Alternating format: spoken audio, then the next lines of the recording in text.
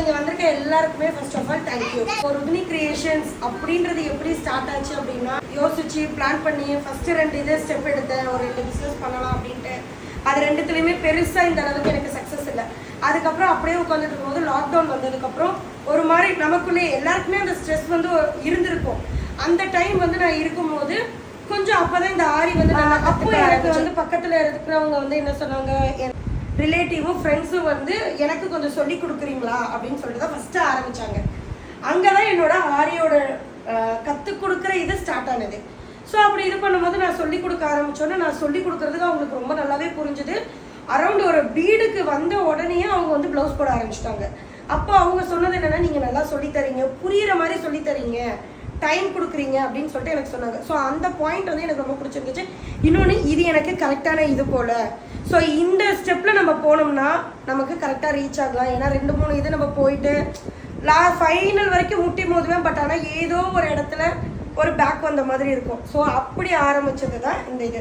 2021 அவங்க 2 பேருக்கு நான் கிளாஸ் எடுத்தேன். ஸோ கிளாஸ் எடுத்தேன். அடுத்து 1 இயர் பிரேக். கரெக்டாக அந்த 21 ஸ்டார்டிங்கில் எடுத்தேன். உடனே பிரேக், செகண்ட் பாப்பா டெலிவரி அப்படின்றதுனால ஒரு பிரேக் எடுத்தேன்.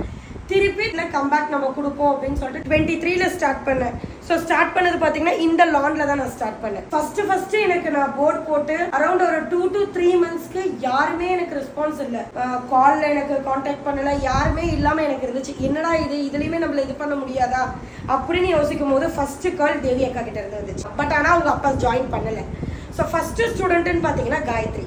ஸோ ஒரு ஆளில் நான் ஸ்டார்ட் பண்ணி கொஞ்சம் கொஞ்சமாக அடுத்தடுத்து ஆள் வந்தாங்க. ஸோ மேலே ஷிஃப்ட் ஆனேன். ஸோ மேலே ஷிஃப்ட் ஆகும்போது இங்கே நிறையா பேர் எனக்கு வந்து மேலே பிடிச்சவங்க இருந்திருப்பீங்க. எதுக்கு இது உனக்கு தேவையில்லை, வேண்டாம், ஸ்டாப் பண்ணு. ஆனால் எல்லாருமே வேண்டான்ற குரலை நினச்சிட்டு நம்ம வீட்டில் உட்காந்தோம்னா டெஃபினட்டாக நம்மளால முன்னாடி வரவே முடியும். ஸோ அன்னைக்கு நான் வந்து எல்லாரையும் எதிர்த்து நான் மேலே ஆரம்பித்தேன். காட்ஸ் கிரேஸ், நீங்கள்லாம் வந்தீங்க. ஒரு பட்டர்ஃப்ளை மாதிரி ஒரு பேட்ச் வந்து எனக்கு வந்துச்சு. சும்மா செம்ம ஜாலியாக இருந்துச்சு.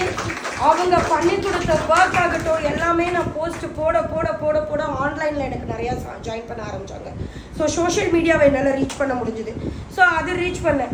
அதுக்கப்புறம் ஸ்டால் அப்படின்ற ஒரு ஆப்பர்ச்சுனிட்டி எனக்கு வந்துச்சு. சரி, ஓகே, வரதை நம்ம வந்து இது பண்ணக்கூடாது. ஒரு ஸ்டால்னு போடும்போது நிறையா பேர் உள்ளே வருவாங்க. அப்போ நிறையா பேர்கிட்ட ஒரு 100 பேம்ப்ளெட் கொடுத்தா ஒரு 10 பேராவது நம்ம கிட்ட பேச மாட்டாங்களா அப்படின்னு நினச்சிதான் அடுத்தடுத்து லாஸ் ஆனாலும் பரவாயில்லன்னு சொல்லிட்டு ஸ்டால்னு நான் போட்டேன். அதுலேயும் எனக்கு கிளிக் ஆச்சு. நான் நினச்சதை விட ஜாஸ்தியாகவே எனக்கு வந்து வந்தாங்க. ஸோ அப்படி வர நேரம் ஆப்வியஸ்லியாக இடம் மாற வேண்டியதாக இருந்துச்சு. ஸோ அடுத்த கட்டம் என்ன பண்ணலான்னு யோசிக்கும் போது என்னோட ஃபேமிலி சப்போர்ட்டோட ஒரு ஃப்ளோர் நீ எடுத்துக்கோன்னாங்க. நான் கான்ஃபிடென்ட்டாக இருந்ததுனால என் ஃபேமிலி என் கூட நின்னாங்க. ஸோ ஓகே, என்ன ட்ரஸ்ட் பண்ணாங்க, நீ எடுத்துக்கோ, எடுத்து பண்ண, உன்னால் முடியும். இதே தான் இங்கே இருக்க படிக்க வரவங்க எல்லார்கிட்டையுமே நான் சொல்கிறது. முதல்ல நமக்கு வரக்கூடிய வார்த்தைகள், வேண்டாம், உனக்கு இது தேவையில்லாதது, காசை நீ கரியாக்குற, இந்த வார்த்தைகள் மட்டும்தான் வரும். ஆனால் அதே ஒரு ஜென்ஸ் செஞ்சால் வராது. டெஃபினட்டாக நம்மளை பின்னால் இழுக்கிறதுக்கு தான் நிறையா கைகள் நம்மக்கிட்ட இருக்கும். ஸோ அந்த கைகளை தாண்டி வரணும்னா யாரால் முடியும்? அவங்க நினச்சா மட்டும்தான் முடியும். நான் என்னால் முடியும்னு நினச்சேன். எனக்கு சப்போர்ட்டாக என் ஹஸ்பண்ட் இருக்காங்க, என் மாமியார், மாமனார், பசங்க. ஸோ இந்த மாதிரி ஒரு சப்போர்ட் இருக்கிறதுனால என்னால் ஏற முடிஞ்சுது. ஸோ 2-3 பேர் நஷ்டத்தில் என்னன்னு கேட்டபோது எனக்கு ஒரே ஒருத்தர் தான் நஷ்டம் ஆனாலும் பரவாயில்ல நீ செய்யின்னு சொன்னது.